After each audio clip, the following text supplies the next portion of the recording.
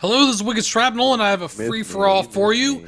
And in this one, I have lethal kill streaks equipped, but I was still going for a nuked out title, so I did not want to use any of my lethal kill streaks until I died.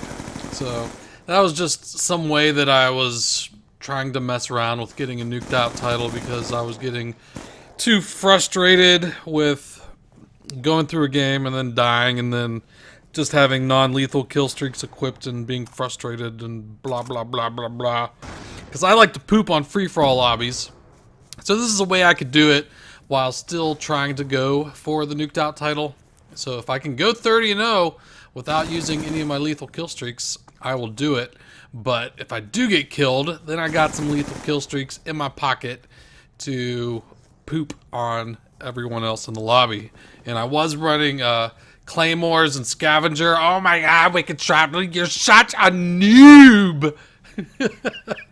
And I was going to try to hold down the dance club area and just basically patrol back and forth between both ends of where you enter into the bar area with the disco music. I'm gonna try it out. But I was trying to also avoid anyone that had pistols. That guy, whenever I saw him, I tried my best to avoid him because pistols are so overpowered. And here I just run away. He gets one shot on me with the pistol, and like 2 shots, it seems like it kills you. It's crazy.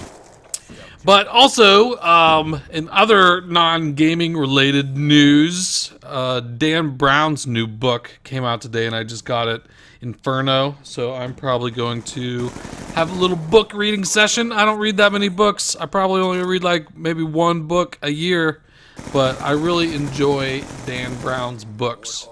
And it was my uncle who had read, I think, the Da Vinci Code, and he just convinced me to read it. He's like, it's such a good book, and I read it, and it was really cool. I like how he really gets you in deep in the story, and the books are much better than the movies. Just so you know, even though Tom Hanks acted in the movies, it was still much more enjoyable to read the book because you just kind of get pulled into the story in your own imagination, and that's something that I don't think that a lot of people do these days. And when I was growing up as a kid, like, there'd only be cartoons on Saturdays and activities. There was really not much gaming.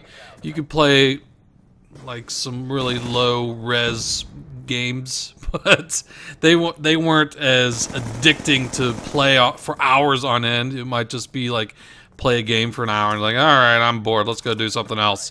Let's go outside and play guns, or let's go play kickball, go ride bikes. And I don't think that the youth of the day is like that as much. I think there's a lot of kids that are addicted to video games, and it's understandable because I'm addicted to them too, so I could see how the addiction happens. But I used to read a lot of books when I was growing up and as a young teen, and I don't think that too many people do it these days, and I'm not sure that Dan Brown would be the best for young teens to really get into. They're pretty big books, but I don't know, are people reading as much? I guess people do. Like, there's a lot of Kindles and stuff being sold. A lot of people are moving to digital, but I still buy paperback books because I don't buy too many books.